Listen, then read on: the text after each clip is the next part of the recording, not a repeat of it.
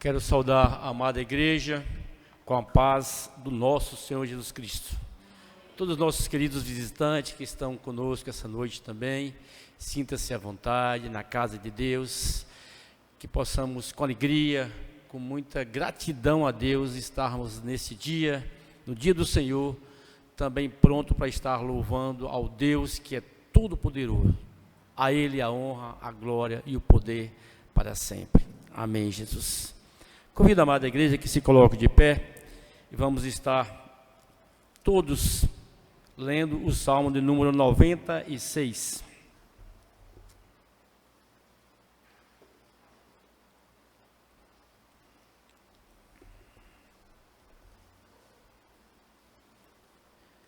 Salmo 96. Todos juntos. Cantai ao Senhor um cântico novo, cantai ao Senhor todas as terras. Cantai ao Senhor, bendizei o seu nome, proclamai a sua salvação dia após dia. Anunciai entre as nações a sua glória, entre todos os povos as suas maravilhas. Porque grande é o Senhor e muito digno de ser louvado, temível mais que todos os deuses. Porque todos os deuses dos povos não passam de ídolos, o Senhor, porém, fez os céus. Glória e majestade estão diante dele, força e formosura no seu santuário. Tributai ao Senhor, ó família dos povos, tributai ao Senhor glória e força. Tributai ao Senhor a glória devida ao seu nome. Trazei oferendas e entrai nos seus átrios. Adorai o Senhor na beleza da sua santidade. Tremei diante dele todas as terras. Dizei entre as nações, reina o Senhor. Ele firmou o mundo para que não se abale e julga os povos com equidade. Alegrem-se os céus e a terra exulte, ruja o mar e a sua plenitude. Folgue o campo e tudo o que nele há. Regozije-se todas as árvores do bosque. Na presença do Senhor, porque vem julgar a terra. Julgará o mundo com justiça e os povos consoante a sua fidelidade. Oremos. Nosso Deus, nosso Pai, Deus Todo-Poderoso, Criador dos céus e da terra, Deus onisciente, onipotente e onipresente, te adoramos, Senhor, em espírito e em verdade, ó Pai, e que as nossas vidas, os nossos corações possam com alegria, ó Deus, também estar apresentando diante de Ti, ó Pai, adoração genuína, verdadeira, Senhor, porque Tu és digno de todo e melhor louvor, ó Pai. Que as nossas vidas sejam sempre assim, Senhor, uma vida de adoração, porque estamos adorando a um Deus que é vivo, que é eficaz, que transforma, que realiza milagres, que cura enfermos, que realmente é o Deus Todo-Poderoso, Senhor. Ó Pai, fica conosco, Senhor, nos dê uma noite debaixo dos Teus cuidados, uma vida, Senhor, cada vez mais plena diante de Ti, Senhor, e que possamos ser sempre gratos a Ti, por tudo aquilo que Tens realizado em nossas vidas. Ó Pai, muito obrigado por essa noite, por esse instante, que estamos cultuando o Teu nome, Senhor. Em nome de Jesus que eu oro e agradeço. Amém, Senhor. Poder sentar, irmãos, e vamos estar cantando o hino 104. Hino 104.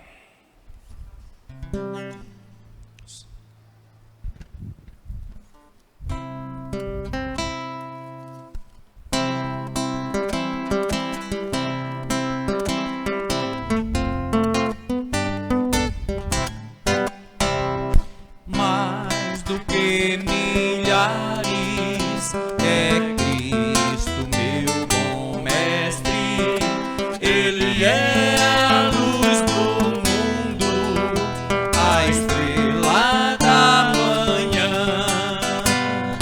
É o Rei da glória em meu coração. Contente vou cantando a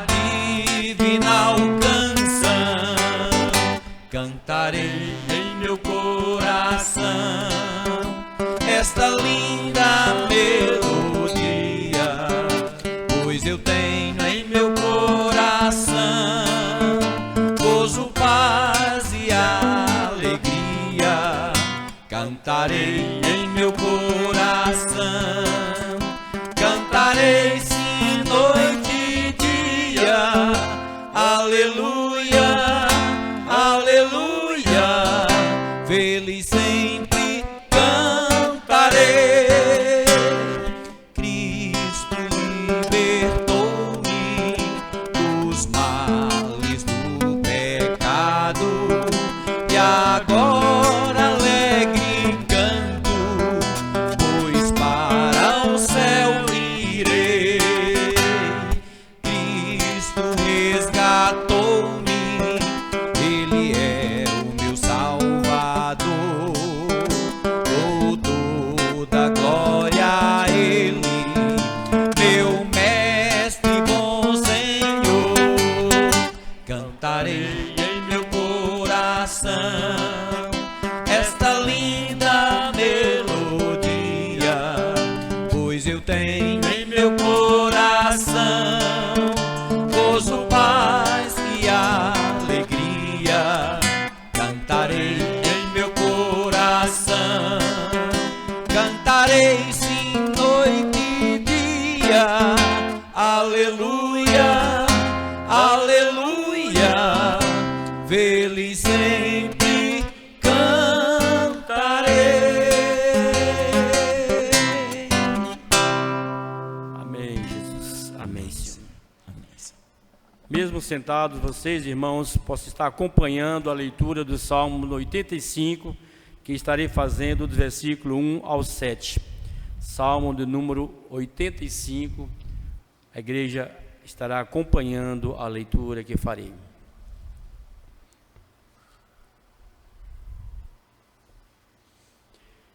Favoreceste, Senhor, a tua terra, restauraste a prosperidade de Jacó, perdoaste a iniquidade de teu povo, encobriste os seus pecados todos.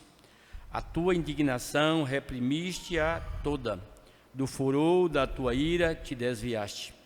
Restabelece-nos, ó Deus, da nossa salvação, e retira de sobre nós a tua ira. Estarás para sempre irado contra nós? Prolongarás a tua ira por todas as gerações? Porventura não tornarás a vivificar-nos, para que em ti se regozije o teu povo? Mostra-nos, Senhor, a tua misericórdia e concede-nos a tua salvação. Amém. Esse momento também é um momento importante em nossas vidas, no nosso culto. Momento em que estaremos com o coração contrito, falando com o Pai. Somos errantes, somos pecadores, e com isso entristecemos a Deus com os nossos pecados. Curve a sua cabeça agora, fale com Deus. Deus está pronto para estar perdoando os teus pecados, se assim estivermos confessando diante de Deus. Amém. Confesse a Deus nesse momento, oração de confissão, contrição ao nosso Deus. A igreja assim orando.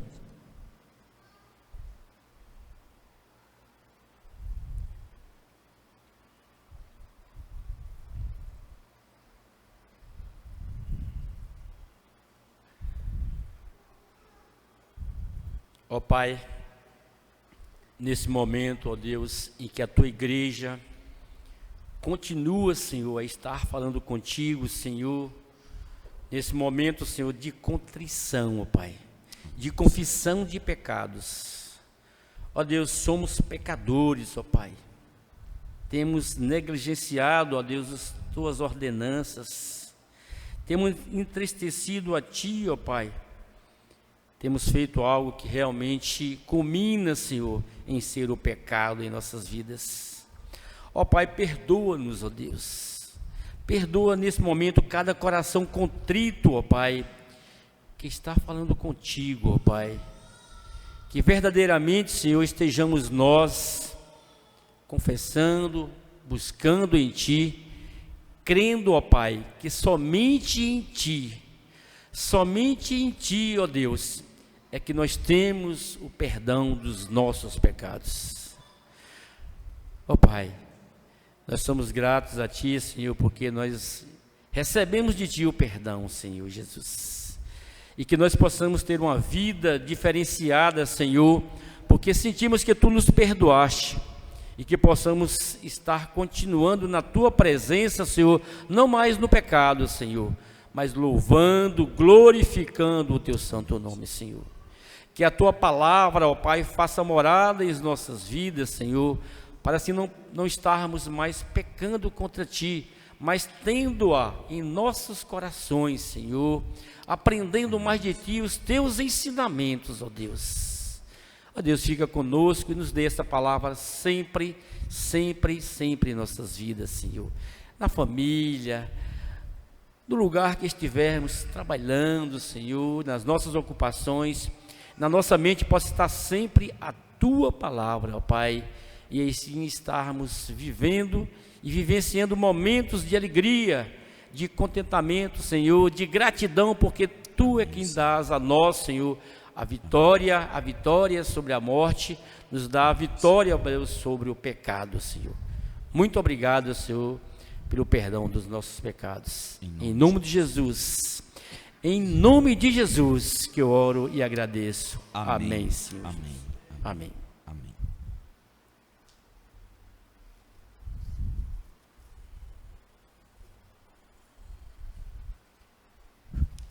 Meus irmãos, graça e paz.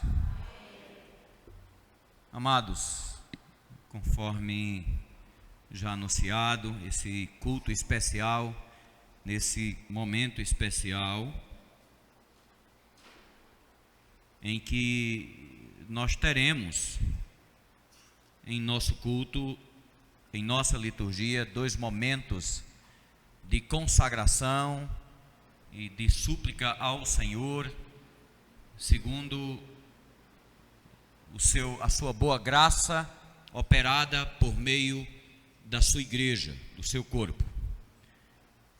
E o primeiro deles, irmãos, será profissão de fé e batismo.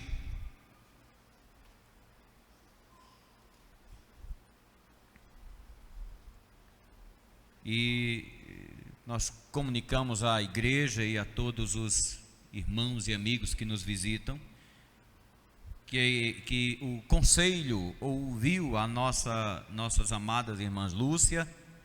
Cadê a irmã Lúcia? Aqui na frente. E a nossa irmã Sueli, está ali atrás. Muito bem. Examinando as irmãs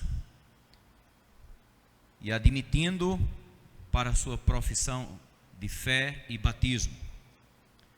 Por isso eu quero convidar as irmãs a estarem aqui na frente, nesse instante, a subirem aqui até o púlpito, para que assim possamos proceder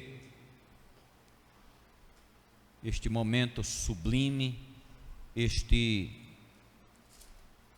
sacrossanto sacramento instituído pelo próprio Senhor Jesus. Muito bem. E, irmãos, como é de praxe, segundo a nossa doutrina, nós temos algumas instruções e perguntas a fazer às irmãs, e a igreja precisa estar atenta e prestar atenção a isso.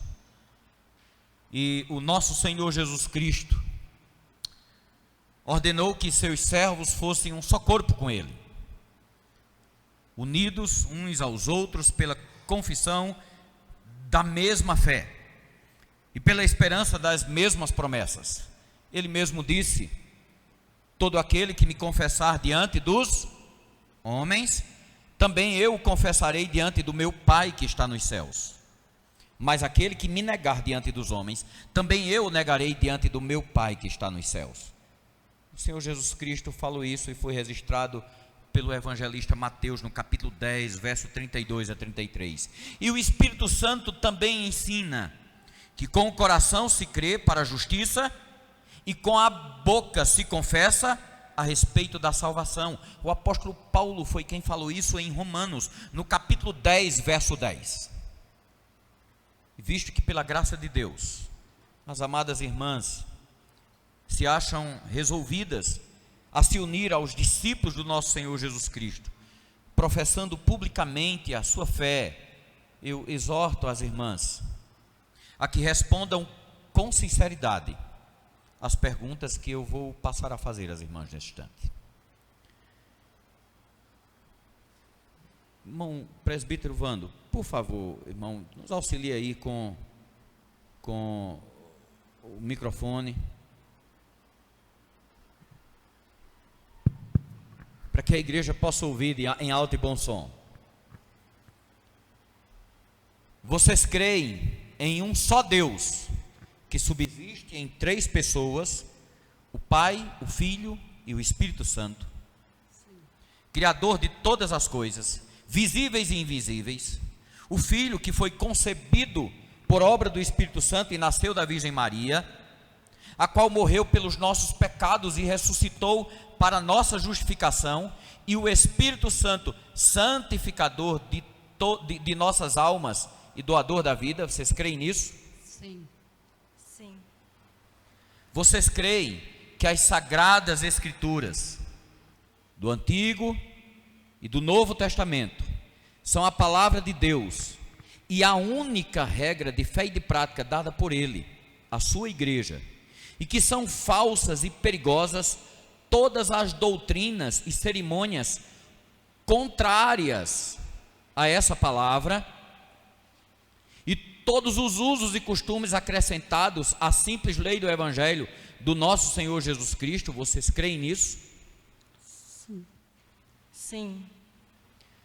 Vocês confessam que foram concebidas em pecado, que por natureza são incapazes de cumprir perfeitamente a lei de Deus, inclinadas antes a amar e a fazer o que essa lei condena, tendo pecado muitas vezes por pensamentos, palavras e obras? Sim? Sim. Sim. Vocês creem firmemente que o sangue de Jesus Cristo purifica de todo pecado e que não há outro meio de alcançar o perdão e o poder santificador senão pela graça do nosso Senhor Jesus Cristo e pela obra do Espírito Santo que Jesus dá a todo o que lhe pede? Sim. Sim. Agora, sinceramente arrependidas do mal que têm feito diante de Deus e resolvidas a fazer uso diligente de todos os meios de graça por Ele ordenado para o bem do seu povo, e a seguir os preceitos de sua lei, deixando de fazer o que Ele proíbe em sua santa palavra, e fazendo toda a sua vontade, auxiliadas por sua graça, vocês estão dispostas a cumprir isso? Sim? Sim. Sim. E promete mais que, como membros desta igreja, vocês se sujeitarão sempre à sua disciplina e às autoridades nelas constituídas para o seu ensino e governo. Presta atenção no complemento. Quando estas autoridades forem fiéis às sagradas escrituras, prometem? Sim. Sim. Muito bem. A profissão de fé, irmãos, é as solenes promessas que as irmãs acabaram de fazer diante de Deus e desta igreja, sendo sinceras, e só quem pode provar esta sinceridade é Deus, que sonda os nossos corações. Sendo sinceras, irmãos, importa em uma aliança entre vocês e Deus, na qual Ele promete ser o único Deus de vocês, e vocês prometem pertencer somente a Ele. No batismo, Deus dá a vocês o penhor desta santa aliança. A água do batismo não tem poder para lavar pecado nenhum. A água do batismo não tem poder de lavar os corpos, e muito menos as almas.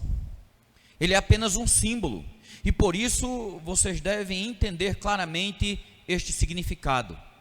Assim como a água lava o nosso corpo, O sangue de Cristo lava a nossa alma.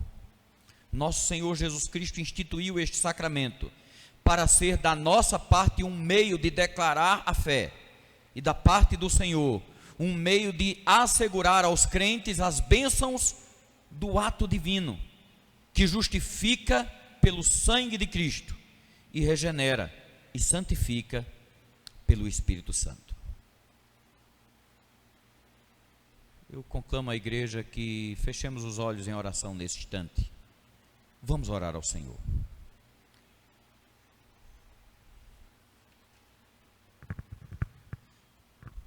Ó Pai eterno e onipotente, nós te louvamos pela promessa de perdão e santificação que nos fazes pela morte de Jesus Cristo, teu bendito Filho, Senhor.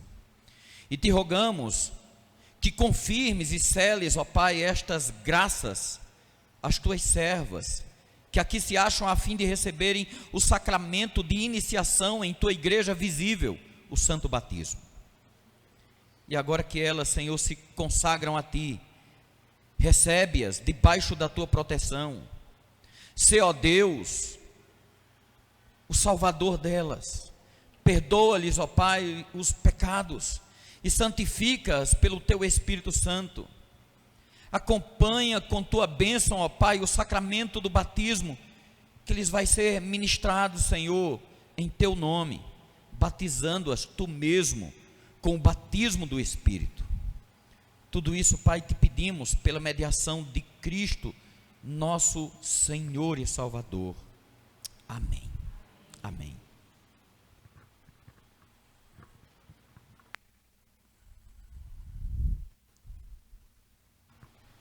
Começar pela irmã Lúcia, tá bom que tá no calor, né, minha irmã? O refrigério do calor e o refrigério do poder do Espírito Santo. O microfone tá ligado? Não fizeram chapinha não, né? Desmancha, viu? Irmã Lucilene, serva do Senhor Altíssimo, eu te batizo em nome do Pai, do Filho e do Espírito Santo. Amém, amém, amém, amém.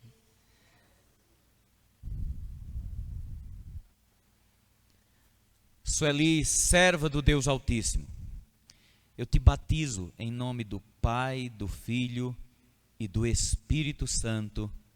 Amém, amém, amém, amém. Minha irmã, Deus te abençoe. Seja bem-vinda ao corpo de Cristo, minha irmã Lúcia. Deus te abençoe. Bem-vinda ao corpo de Cristo. Tá? Conclamo a igreja que se coloque de pé nesse instante. Agora, minhas irmãs, vocês estão admitidas a todos os privilégios da igreja de Cristo.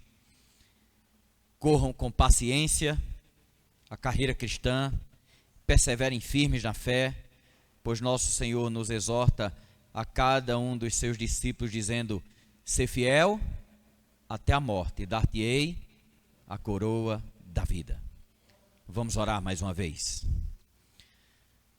Senhor nosso e Salvador, digna-te abençoar, ó Pai, e confirmar as tuas servas aqui admitidas na tua igreja. Permite, ó Deus, que a declaração que acabam de fazer sejam fielmente cumpridas pelo auxílio do teu Santo Espírito. Dá-lhes, ó Pai, grande aumento de graça, de conhecimento e de fé, para que sirvam de luzes, ó Pai, aos incrédulos e sejam aptas para toda boa obra e cheias do Espírito Santo e da graça. Faze que de agora em diante, ó Pai, as tuas servas vivam na esperança da glória dos teus filhos e trabalhem, ó Pai, para o bem das almas que não te conhecem. Quando elas se sentirem fracas, Senhor, faze que se tornem fortes no Senhor. Nas aflições, Senhor, da presente vida, sê para elas, ó Pai, consolação, refúgio e amparo. Aumenta-lhes dia a dia a fé pela leitura, pregação e mediação da tua santa palavra. Santifica-as, ó Pai, cada vez mais pela obra do Espírito Santo, no uso dos meios de graça instituídos por ti mesmo, Senhor. Ensina-as, ó Pai, a orar incessantemente em viva fé, no sacrifício e na mediação de Jesus Cristo, Senhor. sejam elas crentes fortes, cheias de alegria do Espírito Santo e de zelo pelo teu nome, ó Cristo. Que sejam abundantes em boas obras, para que os incrédulos vejam nelas uma demonstração prática das verdades do cristianismo. Senhor Jesus, teu sangue as resgatou, Senhor, e é somente pela mediação que elas se chegam a Deus. Não os abandone jamais, Senhor. E a Ti, ó Pai, e a Ti, ó Espírito Santo, seja dada toda honra e glória, agora e pelos séculos dos séculos, em nome do Filho Jesus Cristo. Amém. Amém. Que Deus abençoe as minhas irmãs. Bem-vindas. Vamos sentar, irmãos.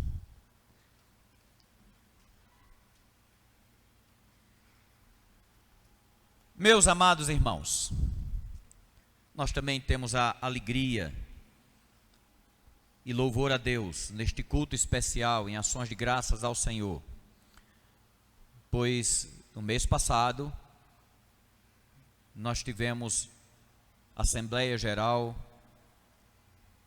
extraordinária, e a minha gratidão em primeiro lugar a Deus e à igreja por ter sido eleito para permanecer no pastoreio dessa igreja por mais 2 anos, o que fará ao todo 12 anos em terras baianas.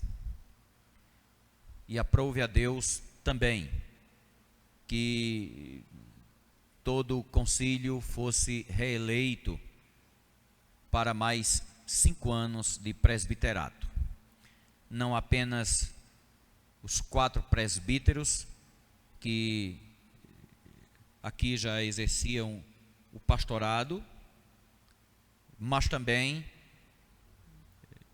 a igreja elegeu nosso irmão, até então, diácono Charles, para o ofício do presbiterato. Então eu quero convidar todos os presbíteros a estarem aqui na frente. Quero convidar também o presbítero Alberto a estar conosco, visto que nesse instante procederemos, irmãos, à ordenação ao presbiterato do nosso irmão Charles, e logo em seguida estaremos também empossando a todos. Palavra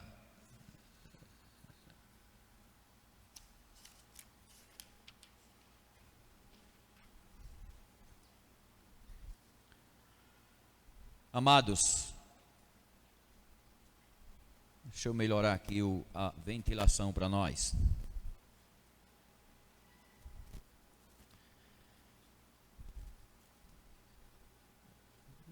Procurar um melhor lugar aqui, visto que o nosso amado irmão Charles há de se pôr de joelhos para a sua ordenação. O nosso Senhor Jesus Cristo, Rei, cabeça de sua igreja, possuindo todo o poder no céu e na terra, deu à igreja, irmãos, oficiais presbíteros, para governá-la em seu santo nome, de conformidade com as santas escrituras. Vê-se no Novo Testamento que o governo da igreja cristã está, por divina autoridade, a cargo de presbíteros. É um ofício bíblico, irmãos, criado e ordenado pelo Senhor. Destes, uns pregam, outros governam, e são chamados ministros da palavra. Outros apenas governam, mas não pregam, e são chamados presbíteros regentes. Em prova disto, lê-se em 1 Timóteo, capítulo 5, verso 17, que devem ser considerados merecedores de dobrados honorários os presbíteros que presidem bem, com especialidade, e os que se afadigam na palavra e no ensino. E em 1 Coríntios, capítulo 12, verso 28, especifica-se governos entre os diversos ofícios da igreja. Os presbíteros regentes são representantes eleitos e imediatos do povo.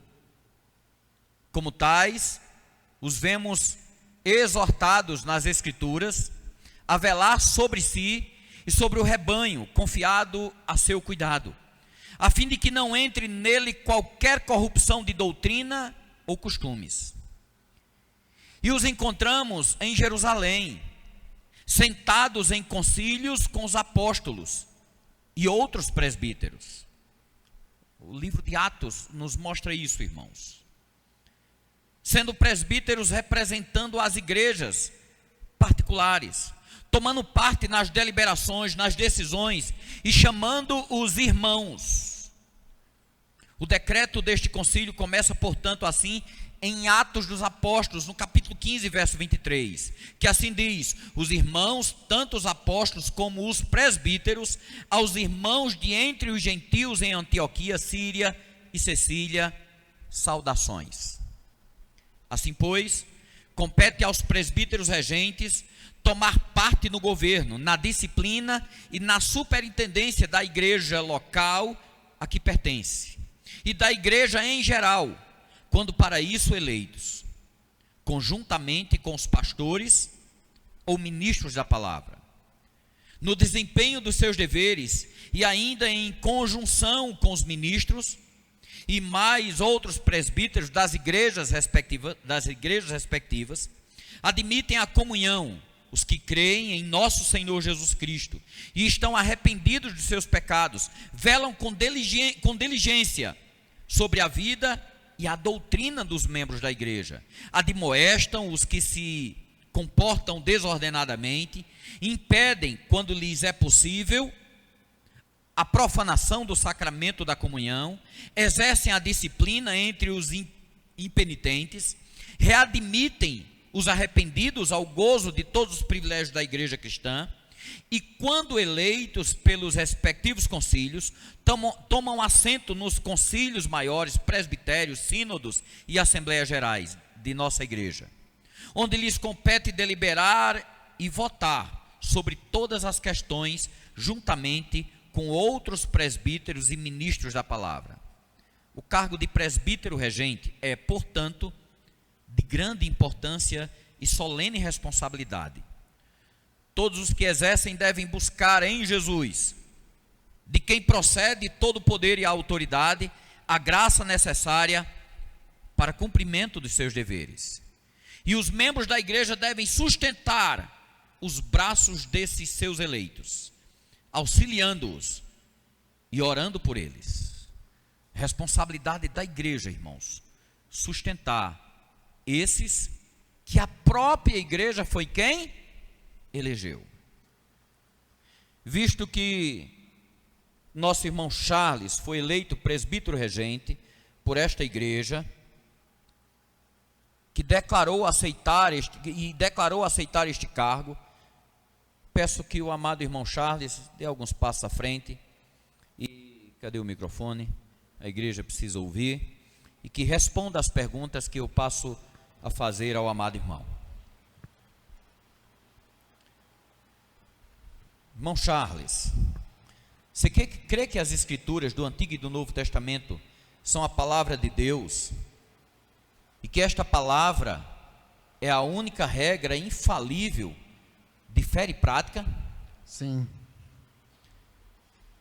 Recebe e adota sinceramente a confissão de fé e os catecismos desta igreja como fiel exposição do sistema de doutrina ensinado nas Santas Escrituras? Sim, recebo. Sustenta e aprova o governo e a disciplina da Igreja Presbiteriana do Brasil? Sim. Aceita o ofício de presbítero regente desta igreja e promete desempenhar fielmente os deveres desse cargo à luz da palavra de Deus? Sim, eu prometo. Promete procurar manter e promover a paz, a unidade, a edificação e a pureza da igreja? Sim, eu prometo. E agora eu quero perguntar à amada igreja, que há de responder diante de Deus e para com esse que vocês elegeram. Vocês, membros desta igreja, reconhecem e recebem esse nosso amado irmão como presbítero regente? Prometem lhes tributar toda honra, animação e obediência no Senhor, e que, segundo a palavra de Deus e a constituição desta igreja, lhe dá direito a este ofício? Muito bem. Eu quero convidar o nosso amado irmão Charles a se pôr de joelho, e aos demais presbíteros presentes todos. Quero pedir à igreja também que se coloquem de pé e estendam a sua mão direita em direção ao amado irmão.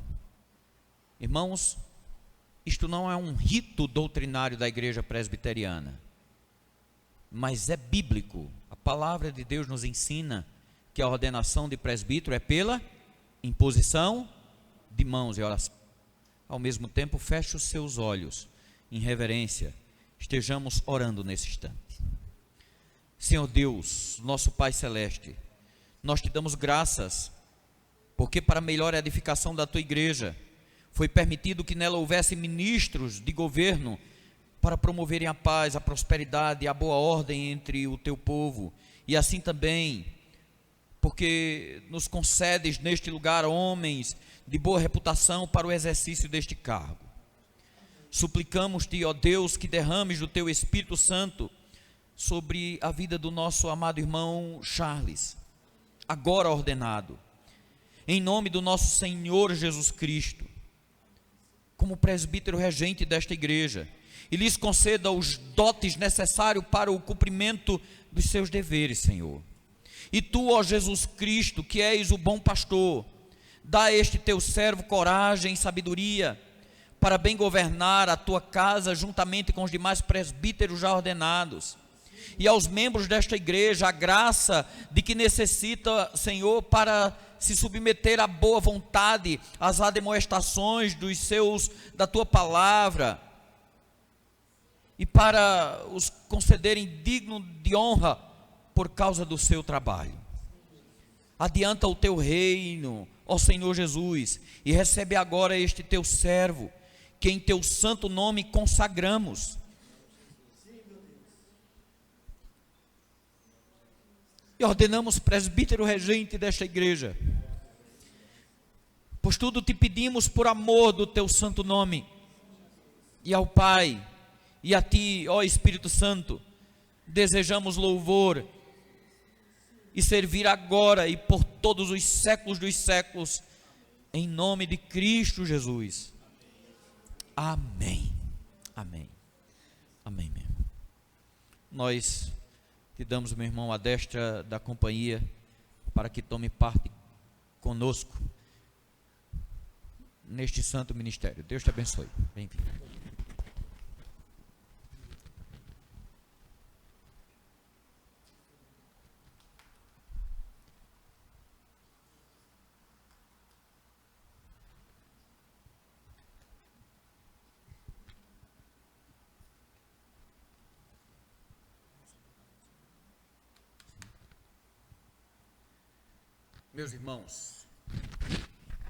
Meus irmãos, ainda de pé, também os demais presbíteros, exceto o nosso amado irmão presbítero Alberto, que é da congregação e nos dá a honra, o prazer de estar nos visitando nesta noite. Todos os demais foram eleitos por essa igreja para mais um mandato do presbiterato. E eu agora proclamo regularmente ordenado o nosso amado irmão Doravante, presbítero Charles, e todos os demais investidos no ofício de presbítero regente desta igreja, tudo segundo a palavra de Deus e a constituição e a ordem da igreja presbiteriana do Brasil, que como tais, têm eles direito a toda animação, honra, obediência no Senhor, em nome do Pai, do Filho e do Espírito Santo. Amém. Que Deus os abençoe. Amém. A igreja pode sentar. Quero também convidar o nosso amado irmão Clécio a se fazer presente conosco.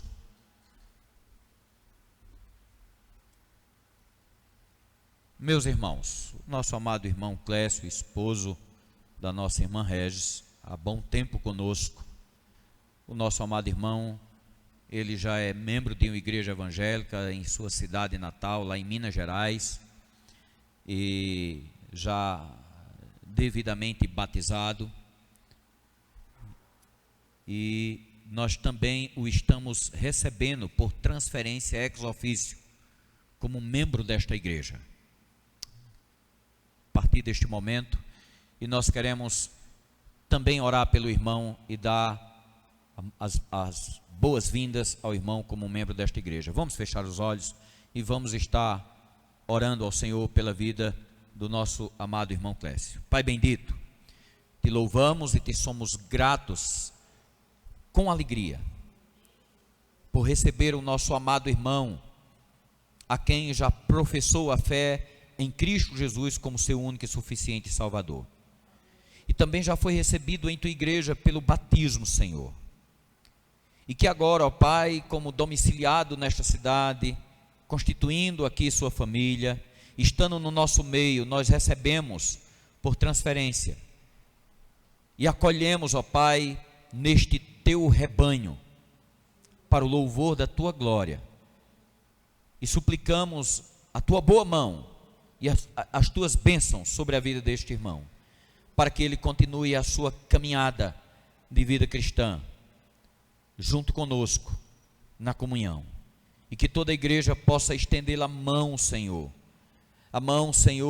receptiva, de carinho, de amor, de cuidado, para que mutuamente possamos nos ajudar nessa caminhada.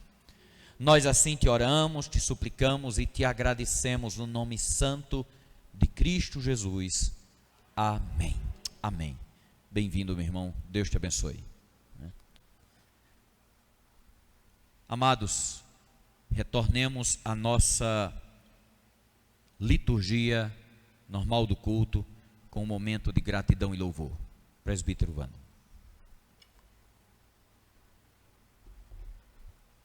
Convido a amada igreja que se coloque de pé.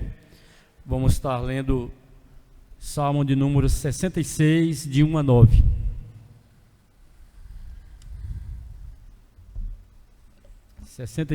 De 1 a 9.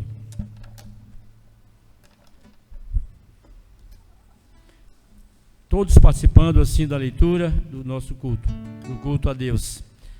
Salmo 66, de 1 a 9. Todos. Aclamai a Deus toda a terra, salmodiai a glória do seu nome, dai glória ao seu louvor. Dizei a Deus, que tremendos são os teus feitos. Pela grandeza do teu poder, a ti se mostram submissos os teus inimigos. Prostra-se toda a terra perante ti, canta salmos a ti, salmodia o teu nome. Vinde e vede as obras de Deus, tremendos feitos para com os filhos dos homens. Converteu o mar em terra seca, atravessaram o rio a pé, ali nos alegramos nele. Ele em seu poder governa eternamente. Os seus olhos vigiam as nações, não se exaltem os rebeldes. Bendizei, ó povos, o nosso Deus, fazei ouvir a voz do seu louvor, o que preserva com vida a nossa alma e não permite que nos resvalem os pés. Amém. Amém. Continuemos de pé, irmãos, convido a equipe de louvor. E durante o primeiro cântico do louvor, aqueles irmãos que trouxeram dízimos e ofertas, a oferta lá da nossa casa pastoral, possa estar depositando no gasofilácio. À medida que os irmãos estejam também participando assim do louvor, cantando o primeiro hino, a igreja pode manifestar assim os dízimos e suas ofertas.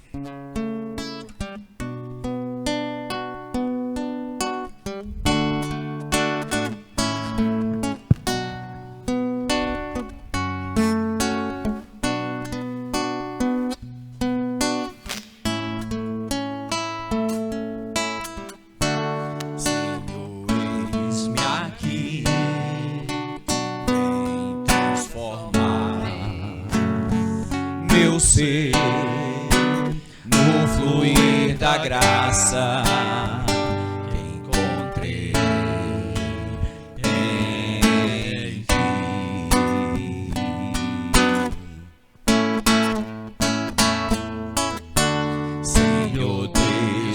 descobri que as fraquezas que há em mim podem ser vencidas no poder do teu amor.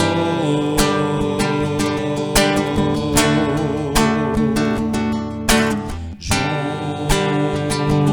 a ti, teu amor me envolve,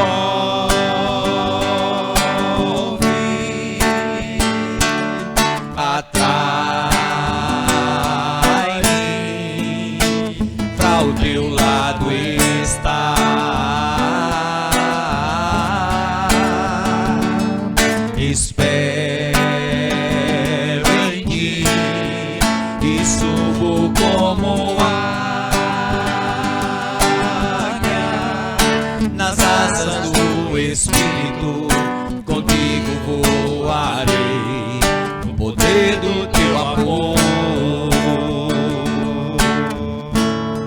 Face a face, face a face, quero ver-te, meu Senhor, e conhecer o amor que habita em mim.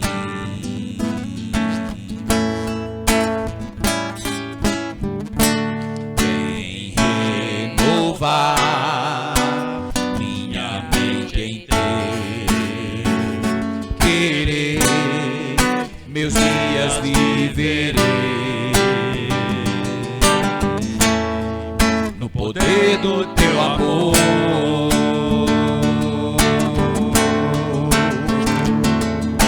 Junto a ti, teu amor me envolve,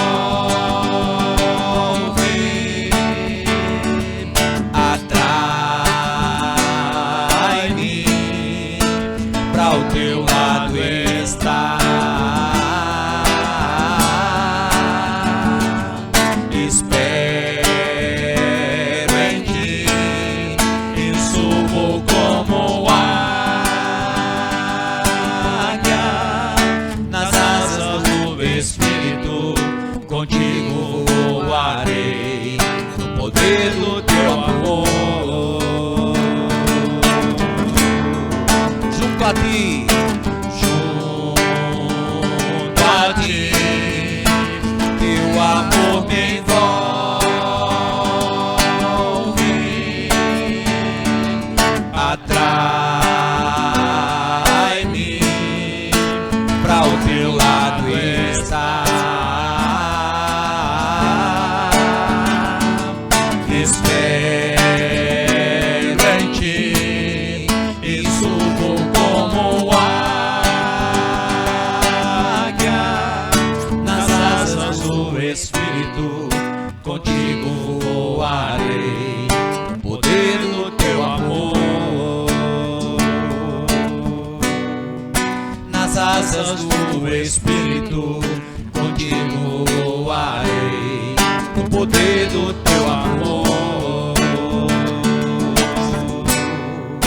Nas asas do Espírito, contigo voarei no poder do teu amor.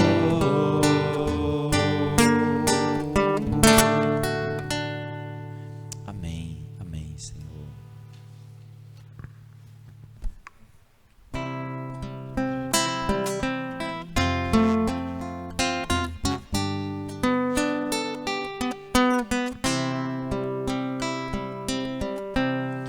Não tenho palavras pra agradecer tua bondade. Dia após dia me cercas com fidelidade. Nunca me deixes esquecer de tudo que eu tenho, de tudo que sou. O que vier a ser, vem de ti, Senhor. Não tenho palavras do início, Não tenho palavras pra agradecer, sinto a bondade. Dia após dia me cercas com fidelidade. Nunca me deixe esquecer de tudo que tenho, de tudo que sou, o que vier a ser, vem de ti, Senhor. Dependo de ti, preciso de ti, sozinho nada posso fazer. Descanso em ti, espero em ti, sozinho nada posso fazer. Nunca me deixes esquecer de tudo que tenho, de tudo que sou, o que vier a ser, vem de ti, Senhor. Dependo de ti, preciso de ti, sozinho nada posso fazer. Descanso em ti, espero em ti, sozinho nada posso fazer. Nunca me deixes esquecer de tudo que tenho, de tudo que sou, o que vier a ser, vem de ti, Senhor. Tudo que tenho, sim, tudo que sou, e o que vier a ser, vem de ti, Senhor.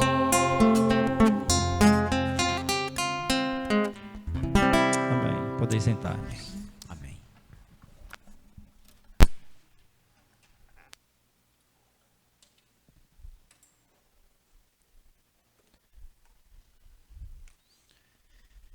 Meus amados irmãos, vamos abrir a palavra de Deus no Evangelho de João. Evangelho de João.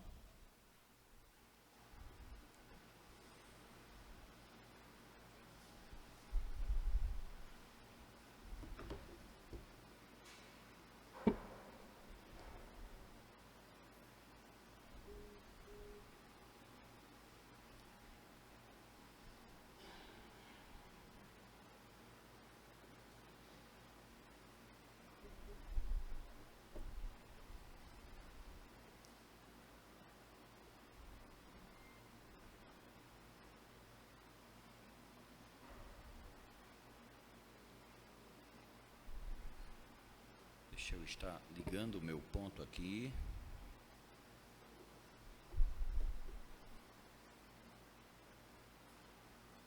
Evangelho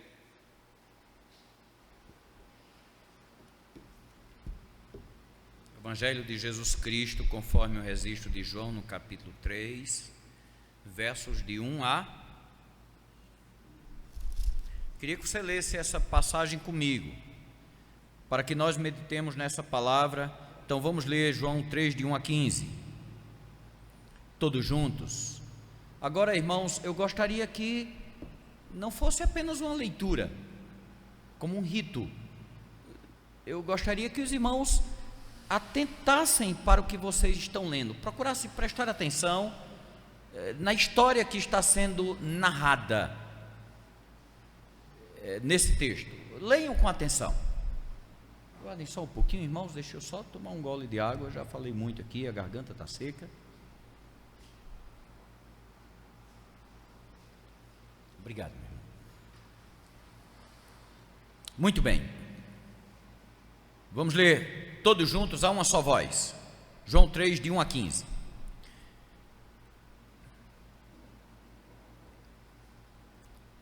A uma só voz. Todos prontos?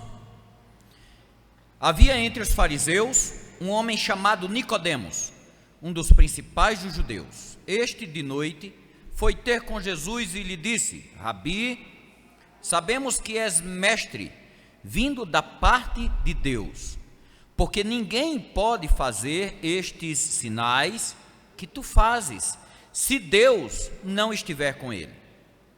A isso respondeu Jesus: em verdade te digo que se alguém não nascer de novo, não pode ver o reino de Deus. Perguntou-lhe Nicodemos: como pode um homem nascer sendo velho? Pode, porventura, voltar ao ventre materno e nascer segunda vez?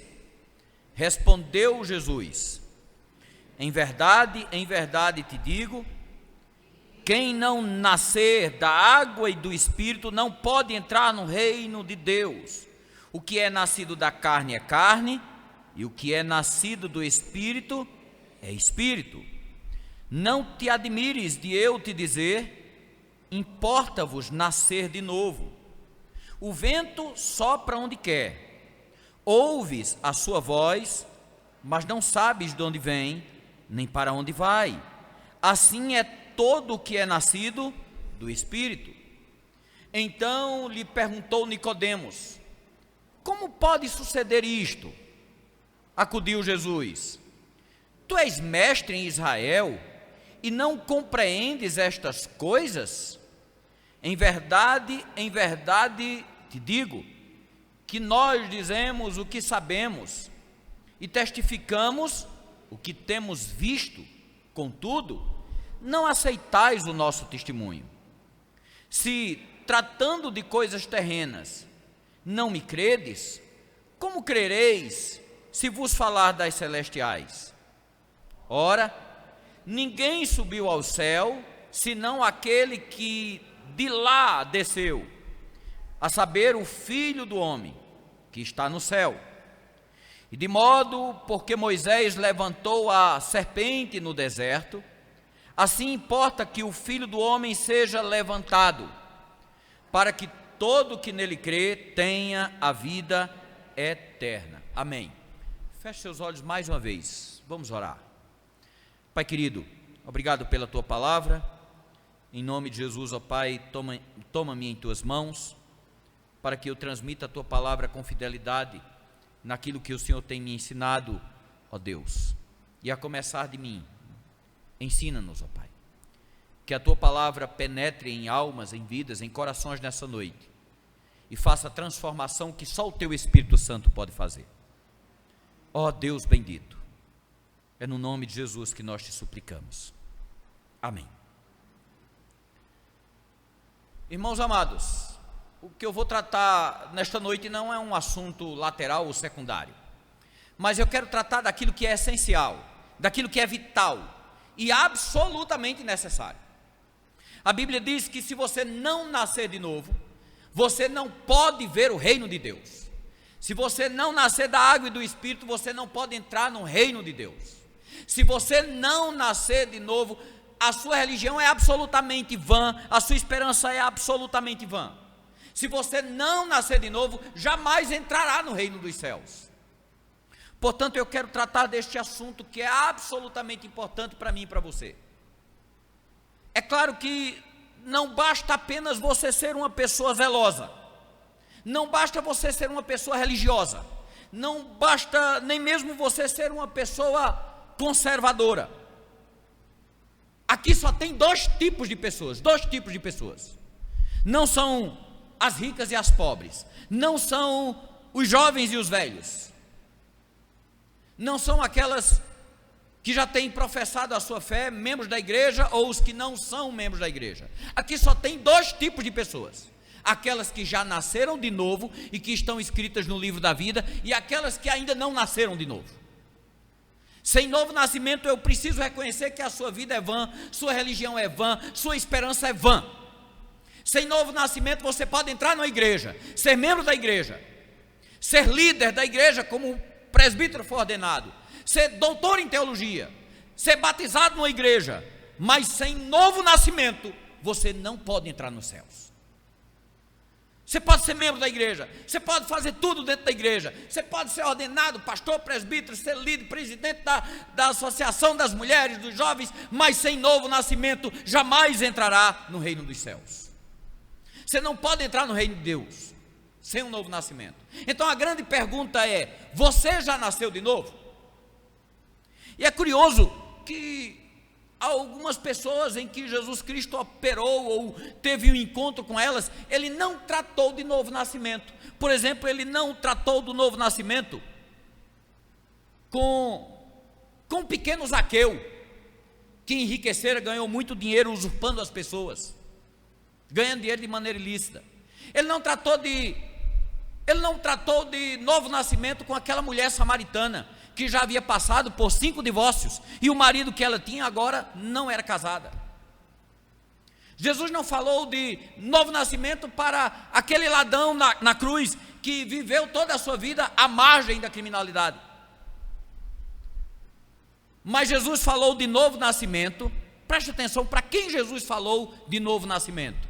Ele falou de novo nascimento para um homem que era extremamente religioso, um homem que tinha uma vida decente, um homem que era mestre em Israel, um homem que era membro do mais importante partido religioso da sua nação, um homem que entregava o seu dízimo fielmente. Jesus está em Jerusalém, e nesse momento ele já havia operado muitos milagres. As pessoas em Jerusalém estão impressionadas com o seu poder. Muitas delas aderiram a Jesus porque viram os milagres. E entre essas pessoas está quem? Entre essas pessoas que acreditaram em Jesus apenas porque viram os milagres que ele operou, entre essas pessoas está Nicodemos. Nicodemos é um membro do Sinédrio, é um mestre em Israel. Nicodemos, sabendo que Jesus estava em Jerusalém, à noite foi vê-lo. Então eu quero tratar com vocês sobre o novo nascimento, e eu quero destacar nessa passagem 4 verdades importantes. A primeira, queridos, é a necessidade do novo nascimento. Por que é que você precisa nascer de novo? Porque se você não nascer de novo, meu querido, você não pode ser salvo. E a inclinação do meu, do seu, do nosso coração é inimizade contra Deus. Você não produz novo nascimento em você. Você não pode mudar a sua própria vida. Você não pode mudar seu coração. Você não pode mudar a si mesmo. Assim como uma onça não pode mudar as suas manchas, nem um etíope pode mudar a cor da sua pele, nem você nem eu podemos mudar a nós mesmos. A nossa natureza é caída, pecaminosa. A nossa natureza tem inclinações que nos levam, que nos afastam para longe de Deus e não para junto de Deus. Irmãos, nós somos deixados a nós mesmos e nós somos, queridos, irremediavelmente perdidos. Nós precisamos nascer de novo, porque diz a Bíblia que se você não nascer de novo, você não pode ver o reino de Deus. Os reinos de Deus não vão atrair você, as coisas de Deus não vai despertar você. Pelo contrário, se você não é nascido de novo, as coisas de Deus vão entediar você. Seu prazer não está nas coisas de Deus, estará no pecado. Você vai ter prazer no mundo, vai ter prazer nas coisas que entristecem ao Senhor. Se você não nascer de novo, as coisas do céu, tudo que tem lá, não vai lhe dar prazer. A santidade, a adoração, buscar a presença de Deus, a pureza. Então é necessário nascer de novo, é preciso nascer de novo.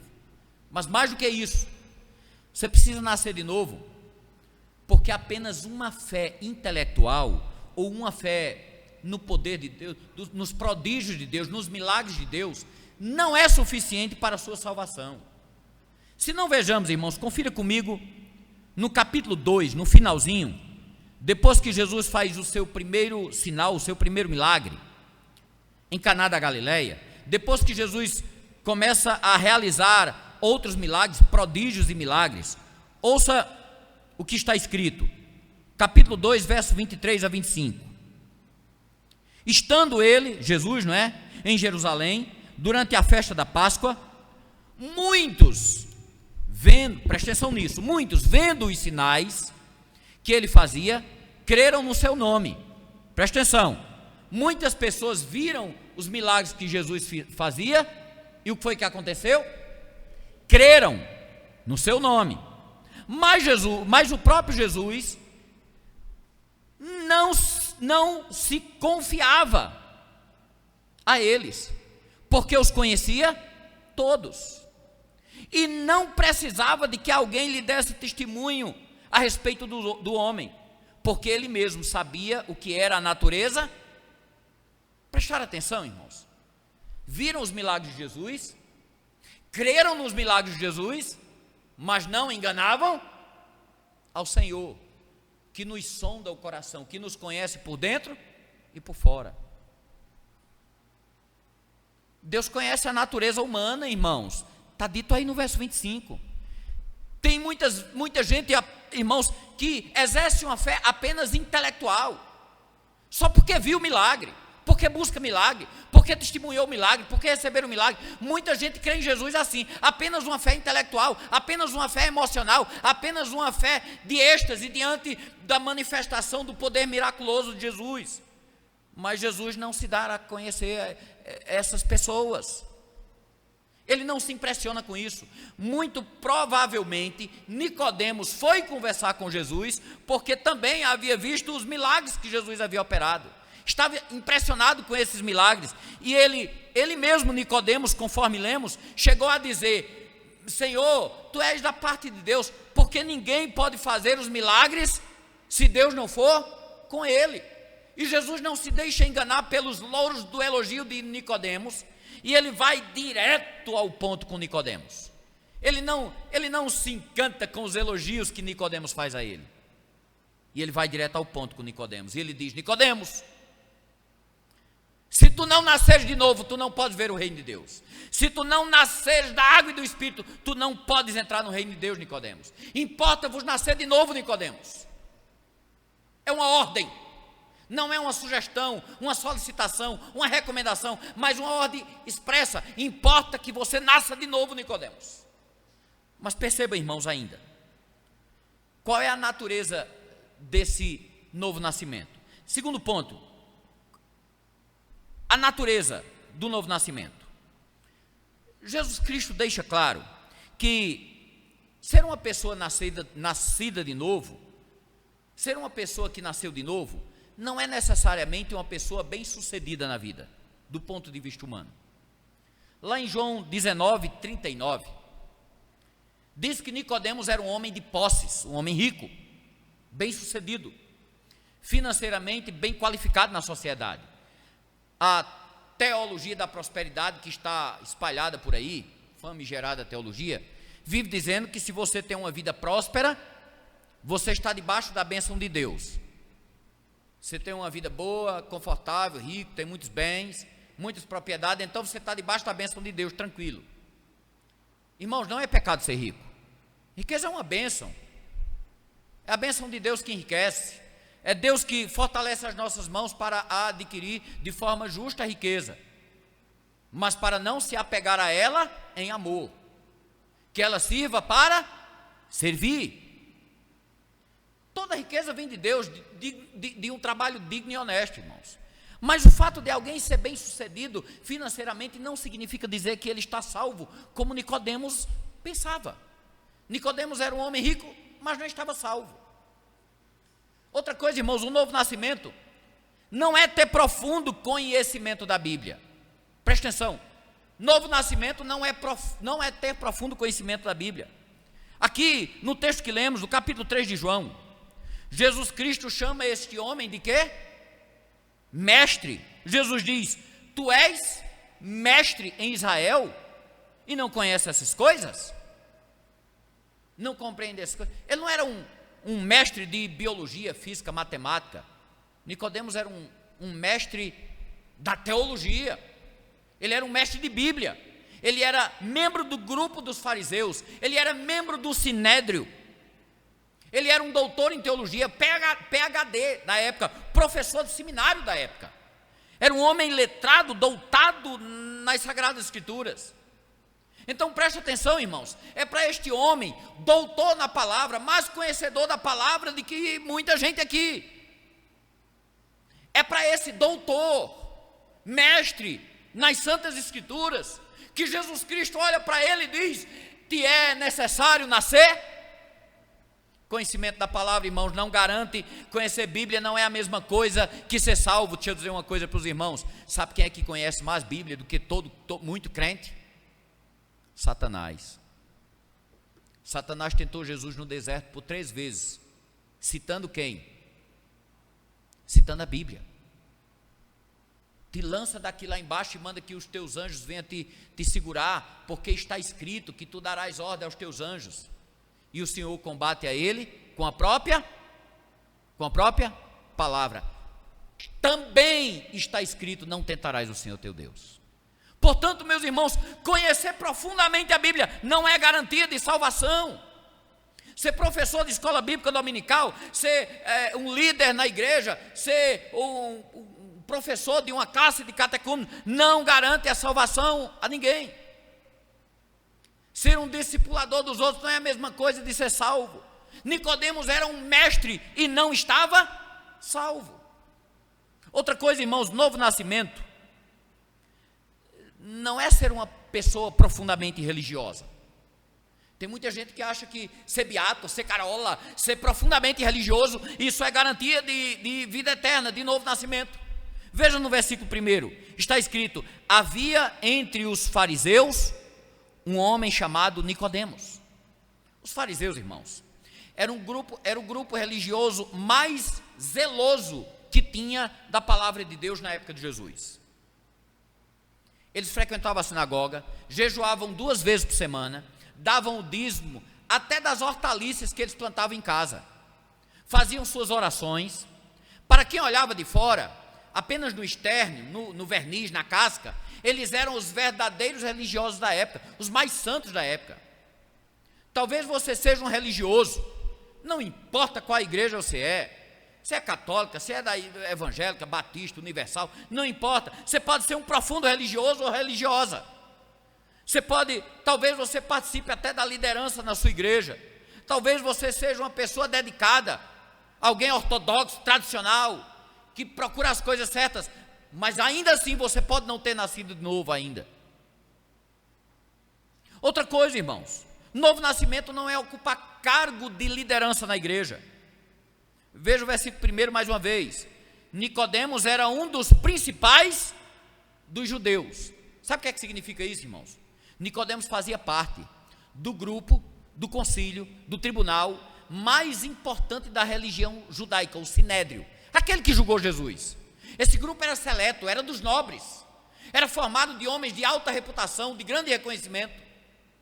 Tem muita gente que acha que o fato dele ser líder da igreja, líder da sociedade, dos homens, das mulheres, líder dos jovens, um pastor, um presbítero, um diácono, líder do grupo de louvor, ele acha que está salvo. Ninguém está salvo porque é diácono, ninguém está salvo por ser presbítero, ninguém está salvo por ser pastor, ninguém está salvo por ser líder de grupo de louvor, ninguém está salvo por ser líder de escola dominical, ninguém está salvo por estas coisas. Ninguém está salvo por ser um missionário. Não, queridos, Nicodemos era um dos maiores líderes do seu povo, e o Senhor Jesus olha para ele e diz, é necessário que tu nasça de novo. Mas tem mais, o novo nascimento. O novo nascimento, queridos, não é apenas por ter informações corretas a respeito de Jesus. Veja comigo, verso 2. Este, Nicodemos, de noite foi ter com Jesus e lhe disse: Rabi, sabemos que és mestre, vindo da parte de Deus, porque ninguém pode fazer os sinais que tu fazes se Deus não estiver com ele. Percebam, irmãos, percebam que Nicodemos reconhece quem é Jesus. Falou alguma inverdade sobre Jesus? Nicodemos falou alguma inverdade sobre Jesus? Não. Se podemos dizer que isso é uma confissão correta, bíblica, teológica, baseada nas Sagradas Escrituras, a confissão de Nicodemos, ela é pura, assertiva, santa, porque Jesus Cristo é mestre? Sim. Jesus Cristo veio de Deus, da parte de Deus? Sim. Sim. Alguém pode fazer milagre como o Senhor faz? Não, só Ele, ungido do Senhor. Então ele diz que Jesus é mestre. Não basta saber que Jesus é mestre. Segundo, ele reconhece mais que Jesus veio da parte de Deus, que Jesus não é um impostor, que ele não está se apresentando em seu próprio nome, mas ele veio da parte de Deus, enviado de Deus. Ele não é um impostor, ele não é um falso profeta. Ele reconhece isso. Terceiro, ele reconhece que os milagres que Jesus faz, ninguém pode fazer, ninguém fez. Ele deu vista aos cegos, ele fez os mudos falarem, ele fez os surdos ouvirem, ele fez os coxos andarem, ele purificou leprosos, ele libertou o endemoniado, ressuscitou os mortos. Isso são milagres extraordinários que ninguém faz, só sendo Deus. Mas ainda outra coisa, irmãos, Nicodemos reconheceu que Deus era com Jesus, que Deus estava do lado dele. Preste atenção, irmãos, a confissão de Nicodemos está certa, a teologia desse homem é boa, a afirmação correta, teologia ortodoxa, mas isso não foi suficiente. Não foi suficiente. Apenas ter informações certas a respeito de Jesus não é suficiente para um novo nascimento, para levar alguém para o céu. É preciso nascer de novo. O novo nascimento não é apenas uma reforma moral. Outra coisa, o novo nascimento não é apenas uma reforma moral. Versículo 6. O que é nascido da carne é carne, o que é nascido do Espírito é Espírito. Meus irmãos, tem muita gente que pensa que está salvo porque fumava e não fuma mais, porque era dependente de algo que não é dependente mais, era um alcoólatra e não é mais, porque adulterava e não adultera mais, porque roubava e não rouba mais. É claro que essas mudanças são importantes, são transformações necessárias, é claro que isso é o processo de santificação, mas isso não significa que a pessoa nasceu de novo. O que é nascido da carne é carne. Não adianta colocar uma tintura numa madeira podre, por fora vai estar pintado bonitinho, mas por dentro a madeira vai continuar podre. Não adianta colocar verniz religioso, se mudar apenas a exterioridade, aquilo que Jesus Cristo chamou, aquilo que foi dito nas Sagradas Escrituras, que são como sepulcros caiados, por fora bonito, né? Tem uns túmulos bonitos hoje que o pessoal faz com mármore, não é? Põe uma arquitetura bonita, mas por dentro só tem o quê? Morte, podridão. É só a capa. É preciso nascer de novo. Então, queridos, o que é então um novo nascimento? Primeiro, novo nascimento é algo radicalmente novo. Olha o verso 3. A isso respondeu Jesus: em verdade te digo, que se alguém não nascer de novo, não pode ver o reino de Deus. Essa palavra de novo, irmãos, aí no verso 3, na língua grega, no texto original, quando ele diz: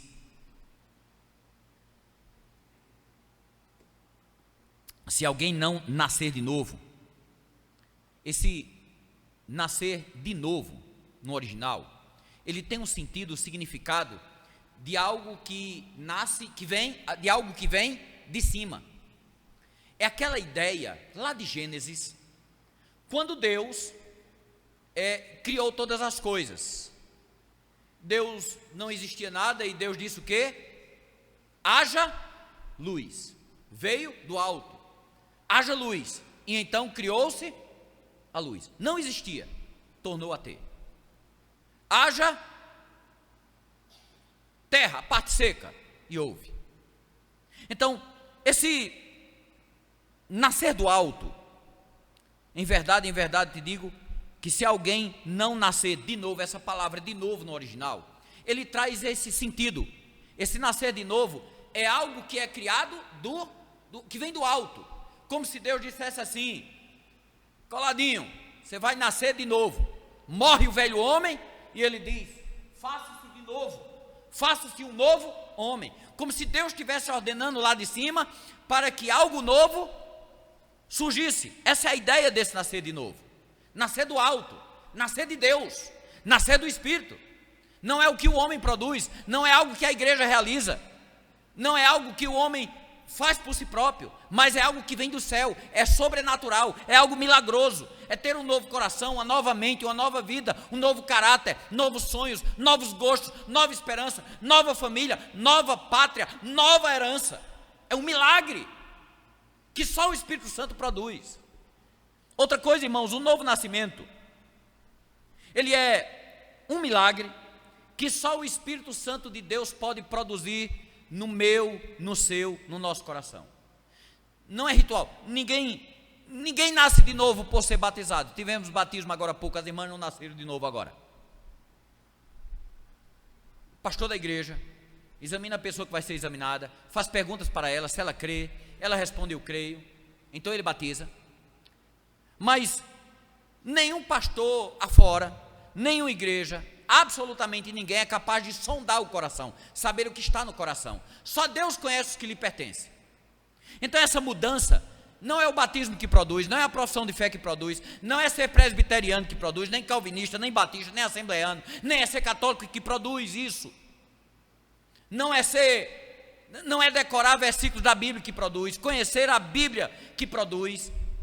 Novo nascimento é uma obra exclusiva, soberana, sobrenatural e poderosíssima do Espírito Santo de Deus, que entra na nossa vida, na minha vida, na sua vida, e muda as disposições da nossa alma, muda o nosso gosto. Se antes tínhamos prazer no mundo, nas coisas oferecidas por esse mundo, nós agora, novas criaturas, operadas, transformadas pelo Espírito Santo, o nosso prazer agora é nas coisas do alto.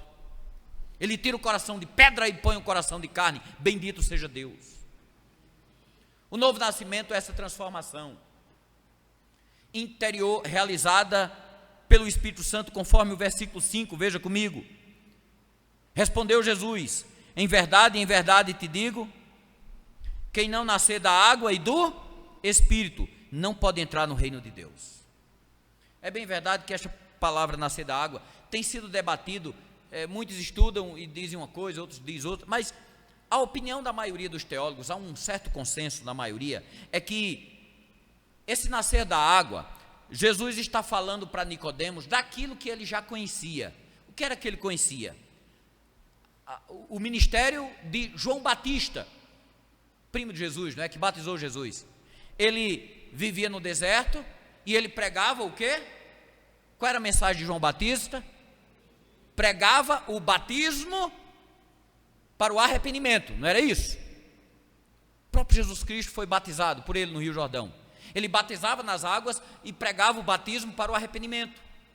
Então a ideia aqui, queridos, é nascer da água, é esse arrependimento que deseja ser lavado, ser purificado.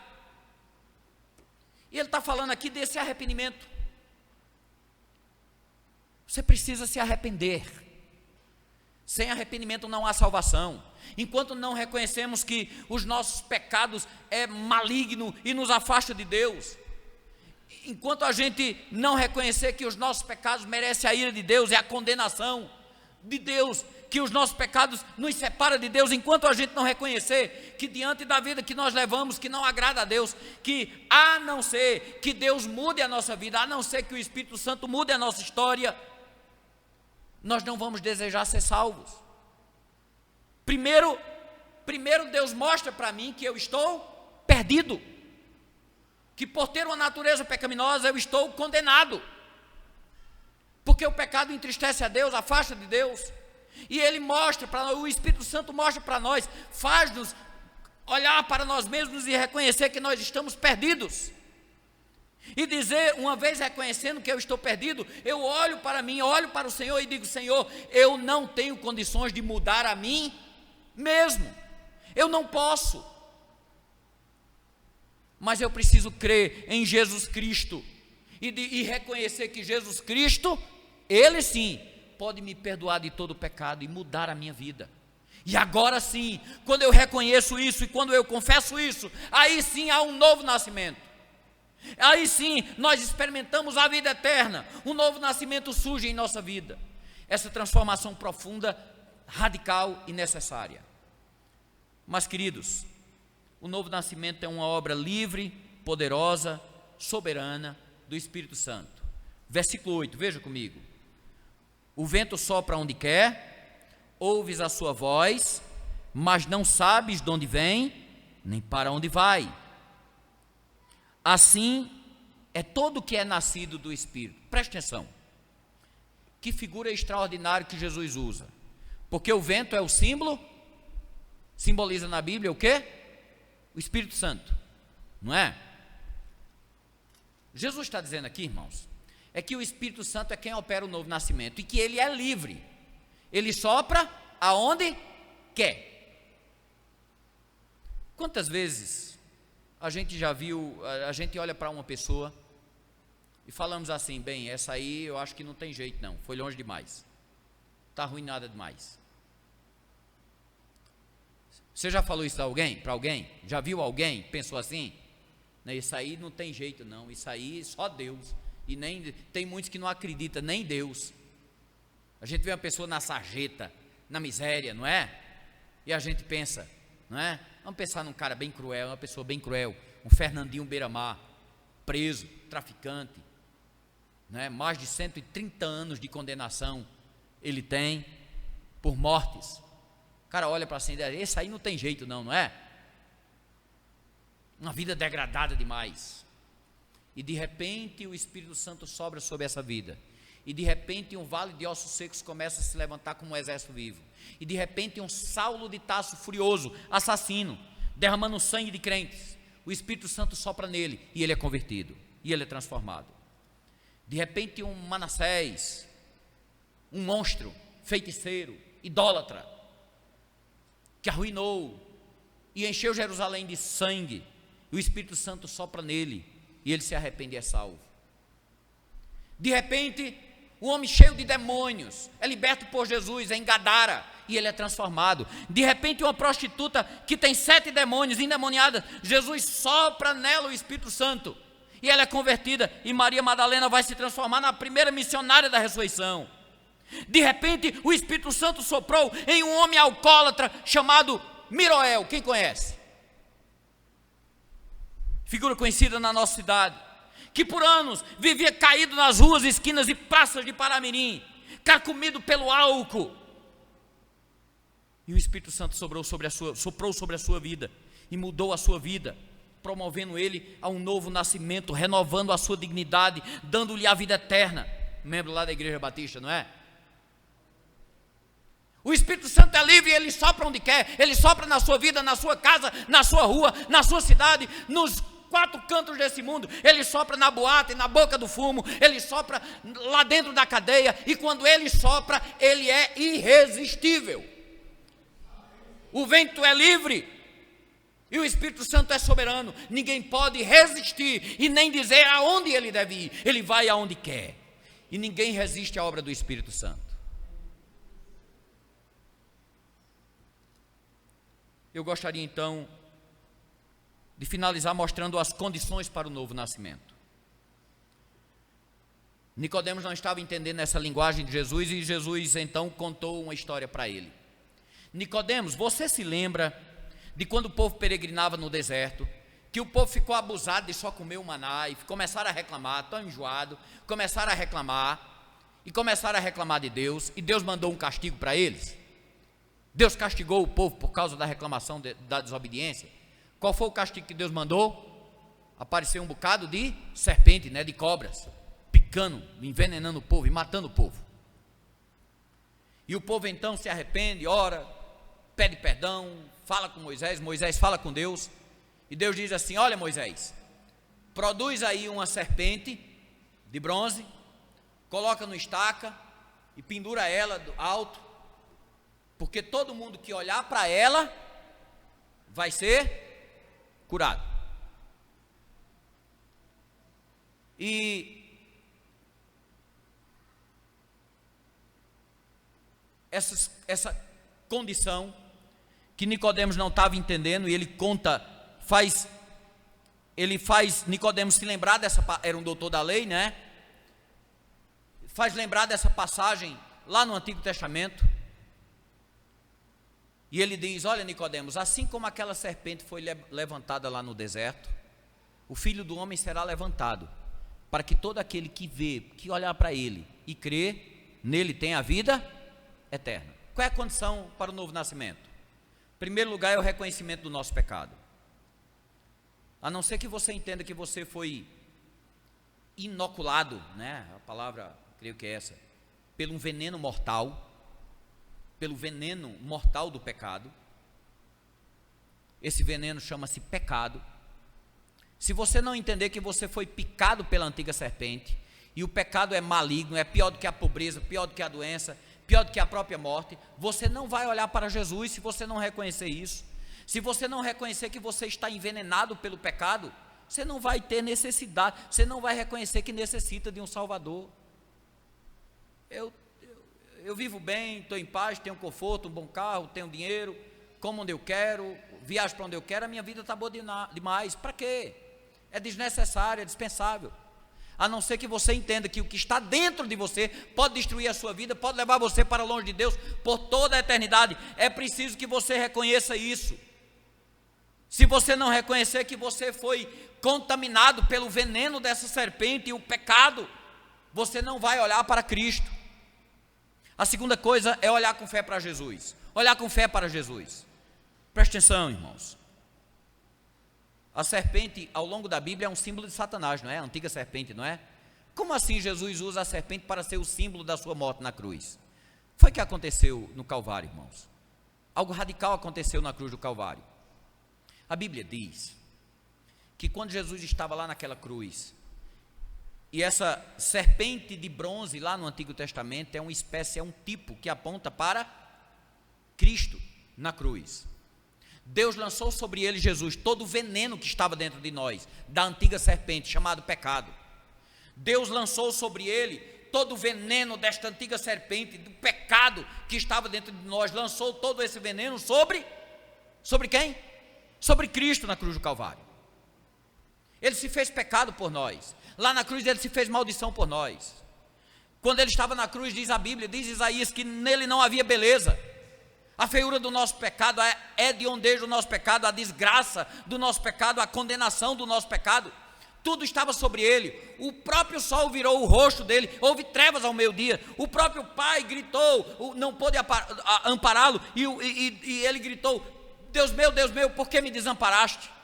Ele era todo pecado, ele foi feito pecado, e quando ele foi feito pecado, diz a Bíblia que a ira de Deus fuzilou ele, exigiu a morte dele. E ele então bebe sozinho aquele cálice amargo da ira de Deus, e ele morre pelos nossos pecados. Ele leva sobre si o veneno mortífero da antiga serpente, o pecado que adentrou em nós, de maneira que quando a gente olha para ele na cruz, e a gente vê que os nossos pecados estão lançados nele, e que ele fez isso para nos perdoar.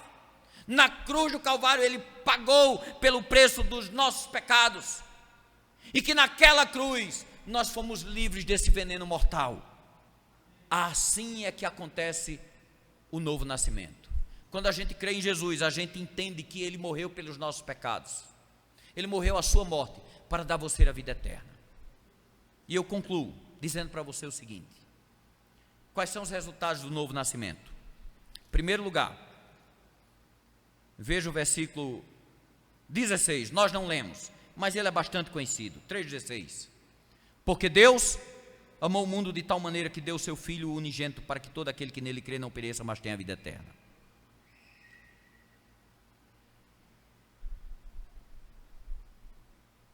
Quando você crê em Jesus e nasce de novo, primeira coisa que acontece é que você foi arrancado da potestade de Satanás, você foi tirado do reino das trevas, você foi tirado da casa do valente, você foi tirado da condenação eterna, você nunca mais vai perecer, você passou da morte para a vida, você não entra mais em juízo condenatório. Segunda coisa que vai acontecer, versículo 15, você vai receber a garantia da vida eterna, porque está escrito, para que todo aquele que nele crê tenha a vida eterna. Não terá.